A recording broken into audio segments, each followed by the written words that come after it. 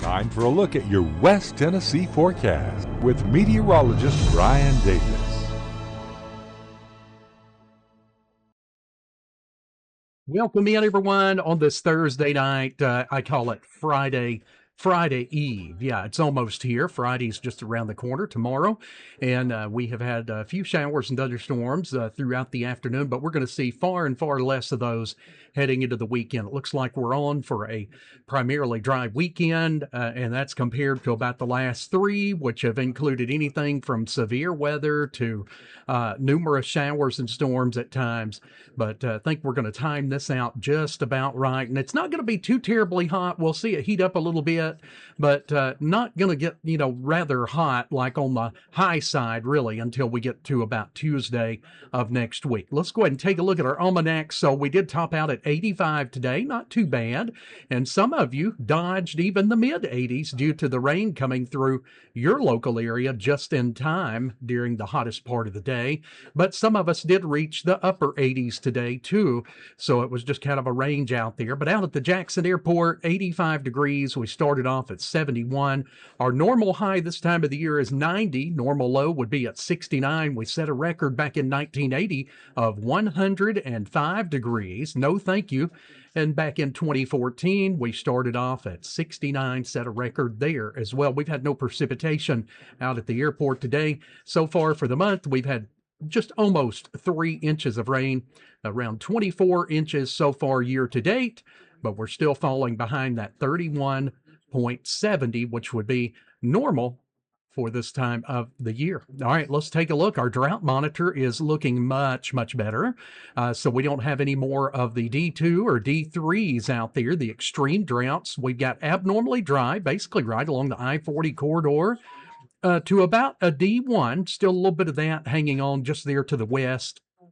But things have greatly improved. If we could just get a little band of rain right through the I-40 corridor, that would help out a lot. But it certainly looks a lot better, and I know the farmers are really glad to see that. If you haven't looked, a lot of the fields in and around most areas are looking really green right now, and that's always good to see this time of the year. 79 right now, so we look live over Savannah, and we've got, 82 right now in Memphis.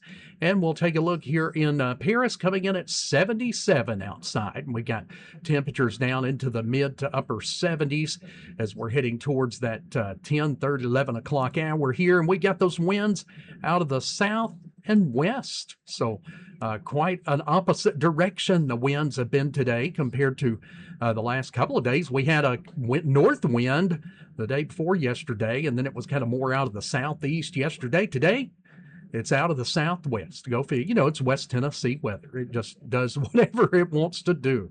All right, the radar still showing a few showers, just struggling. They're hanging on, but they're still there. We had some lightning move through parts of Dyer County, Lake County, and then made its way down into like Lauderdale County, Ripley, still getting a little heavy rain there that extends back to Blytheville. But you can tell it has greatly decreased in intensity. We got a little shower over southwest of Bolivar and right there near Selmer. But most areas, as you can see in the larger picture there, looking at all of West Tennessee and the region, are not getting any rain at all. So just still a little bit of shower activity hanging on as the sun has gone down. All right, let's go ahead and take a look at our surface map, that area of low pressure that's been hanging around the region for, seems like forever, for the last 4 or 5 days. It's now pushed off to the north of us. It is going to go further away, and that's going to take the rain chances way down.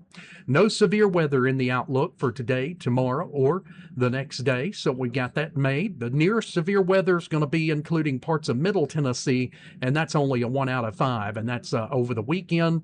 But we, so far, have remained out of any severe weather outlooks for the first time in several weekends. So we can clap and sing about that. And we're getting very close to the weekend, so things are getting more accurate. Let's take a look at Futurecast. We'll give this just a moment to initialize.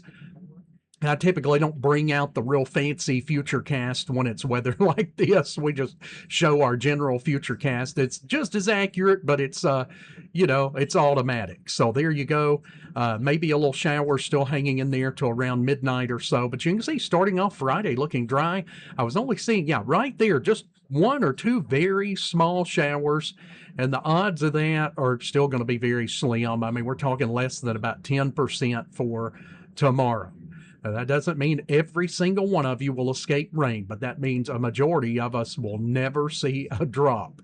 And as we go through the evening, you can see some patchy fog comes into the picture as we head towards around midnight through the morning hours, and we'll probably see another dense fog advisory, much like we had this morning. In those early morning hours, so just be careful heading out. It's going to be limited visibility as we start off with some fog, about 71. We'll be at about 73 there at 7 a.m., 76 there by around 8 a.m.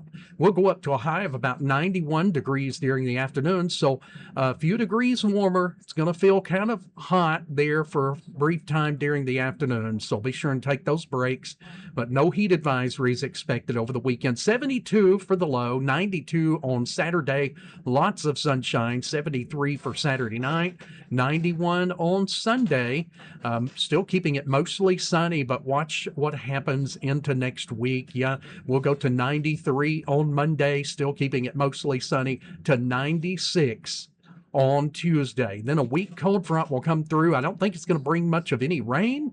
It's mainly going to be what we call a dry cold front, I like to call it, but it'll drop us back to the upper 80s on Wednesday and Thursday. Now, just throwing this out there, looking at the long range trends, it looks like the following week could include some very hot weather. So anyway, not looking at a long-term heat factor there for the start of next week, but enjoy the slightly cooler weather over the next couple of days that I've been saying, because it's going to get hot as we head towards the end of July. It still continues to look that way, and we'll keep you updated and keep you ahead of any of those heat waves as always.